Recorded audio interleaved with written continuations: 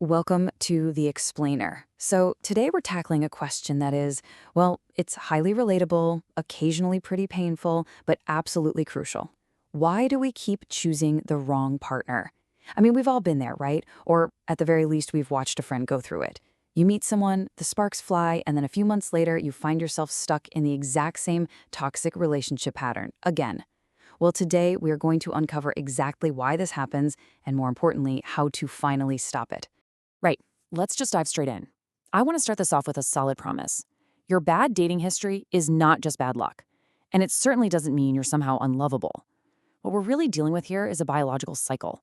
And the beautiful thing about science and biology is that once you understand the mechanics of a cycle, you can actually learn how to break it. Here's our roadmap for today. We're going to quickly hit the wrong partner trap, childhood blueprints and trauma, anxiety disguised as chemistry, why we stay stuck, healing your inner child, and finally, setting standards for love. Okay, section 1, the wrong partner trap, from bad luck to biology.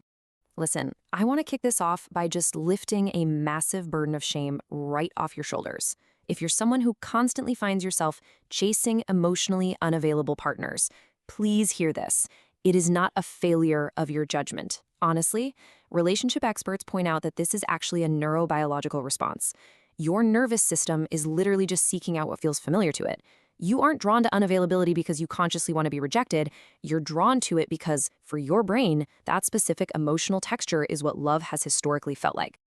Take this common dynamic you've probably run into: dismissive avoidant attachment. It sounds super clinical, but basically it's a relational pattern where someone maintains emotional distance to suppress their attachment needs, which is usually rooted in early life experiences.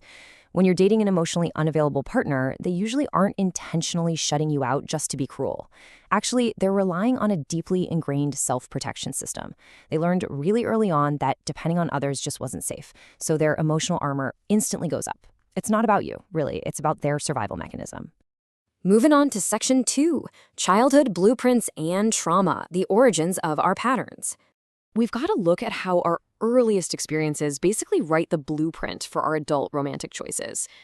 Get this, a staggering 64% of adults report experiencing at least one adverse childhood experience. We're talking everything from neglect to household dysfunction. That shows you just how shockingly common this underlying childhood trauma actually is. Most of us are walking around with disrupted developmental trajectories, and that directly impacts our ability to regulate our emotions and build interpersonal trust. And there is a direct, highly measurable connection between those early adverse events and our adult relationships. Childhood trauma actually creates tangible neurobiological changes, like hyperactivity in the amygdala, which is basically our brain's threat detector, along with reduced prefrontal regulation. That altered brain chemistry leads to attachment disruption, and that inevitably results in adult relationship patterns that are full of push-pull dynamics, trust deficits, and intimacy ambivalence. And that leads us to a fascinating, though maybe slightly uncomfortable, concept called positive sexual imprinting. This is our tendency to gravitate toward the familiar physical or emotional traits of a caregiver when we're seeking connection as adults. Now, don't panic. We aren't weirdly attracted to our parents. It just means our biology is unconsciously pulling us toward the exact dynamic that felt like safety or love when we were little, even if that dynamic was actually, deeply flawed or turbulent. All right, section 3. Anxiety disguised as chemistry, the nervous system's alarm. We really need to completely redefine that elusive spark. We put so much stock in chemistry, right? But let's look at chemistry versus anxiety. What we usually think of as passionate chemistry, the fluttering heart, the butterflies in your stomach, obsessively checking your phone, is frequently just intermittent reinforcement triggering a literal fight-or-flight stress response in our nervous system.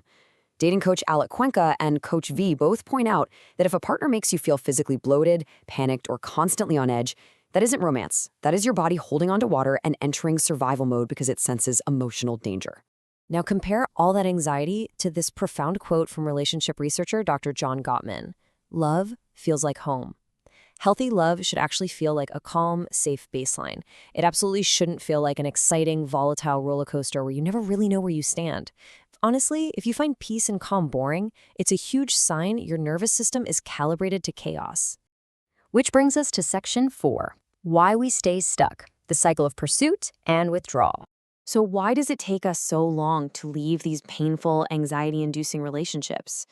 Well, we have to look at a psychological concept called repetition compulsion. This is the unconscious tendency to recreate early relational patterns in an attempt to master the original traumatic experience. We unconsciously recreate our childhood chaos, hoping that, hey, maybe this time around we can finally crack the code. We think, if I just try hard enough, I can earn the love that was originally withheld from me. It's not a weakness on your part. It's a misguided attempt by your brain to finally win the unwinnable game. The School of Life actually breaks this down brilliantly into 6 reasons we choose the wrong partner. Number 1, we can't sift. We just ignore the red flags and get endlessly stuck. 2, we aren't a friend to ourselves, so we constantly doubt our own worth. 3, we can't disappoint others. We're terrified we'll cause an upset if we leave. 4, we hope too much, basically waiting for a toxic person to magically change. 5, we are just terrified of being alone. And 6, we find kindness boring. Because of a troubled past, we become overly forgiving of toxic traits and deeply suspicious of genuine, stable kindness, viewing it as unsexy or even a little eerie. Okay, let's talk solutions in Section 5. Healing your inner child, the antidote to the cycle. To actually break these cycles, psychotherapist Terry Cole gives us some highly actionable therapeutic steps. Step 1, identify when you are activated. Really notice when your reaction is way out of proportion to whatever just happened. Step 2, name and validate your inner child. Acknowledge that younger part of you that feels scared right now. Step 3, create a dialogue. Ask that younger version of yourself what they need to feel safe. And step 4, reparent through action. You literally have to become the safe, consistent adult your younger self never had by setting boundaries and finally honoring your needs. A fantastic tool to start this whole process is just asking yourself this simple but honestly super powerful question. How old do I feel right now? Use this to pause whenever you're feeling triggered by your partner's distance or behavior. It creates this necessary breathing room, allowing you to separate your past childhood pain from your present adult reality. And finally, Section 6, setting standards for love, choosing what you deserve. Now that we understand the trauma and we have some tools to heal, we need to completely reframe how we evaluate future partners out there in the dating world.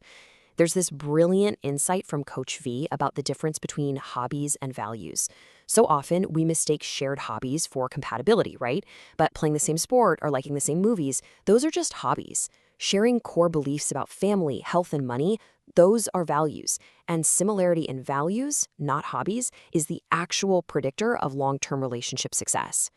Along those same lines, we really need to separate standards from non-negotiables. See, standards, like, preferring someone of a certain height or a specific income, those can and probably should be a bit flexible. But your non-negotiables, things like mutual respect, emotional safety, shared effort, and a provider mindset, those must be strict, unwavering boundaries. These are the walls that protect your healing and keep the toxic cycles out for good. And for all my driven, high-achieving viewers out there, please really hear this. You cannot out-achieve or out-hustle childhood wounds. Love is not a professional goal to be won. You can't treat a distant partner like a corporate project that just needs solving. Love is supposed to be a safe space, and experiencing it properly requires internal healing, self-compassion, and intentionally dropping your armor. So, as we wrap up today's explainer, I want to leave you with this provocative question. Will you continue to chase that toxic spark, or are you ready to build a love that feels like home? The cycle of choosing the wrong partner is tough, no doubt about it, but it is not unbreakable. Once you recognize your biology, soothe your inner child, and set real value-based standards, you take your power back. Thank you so much for learning with me today, and hey, here's to finding the love you truly deserve.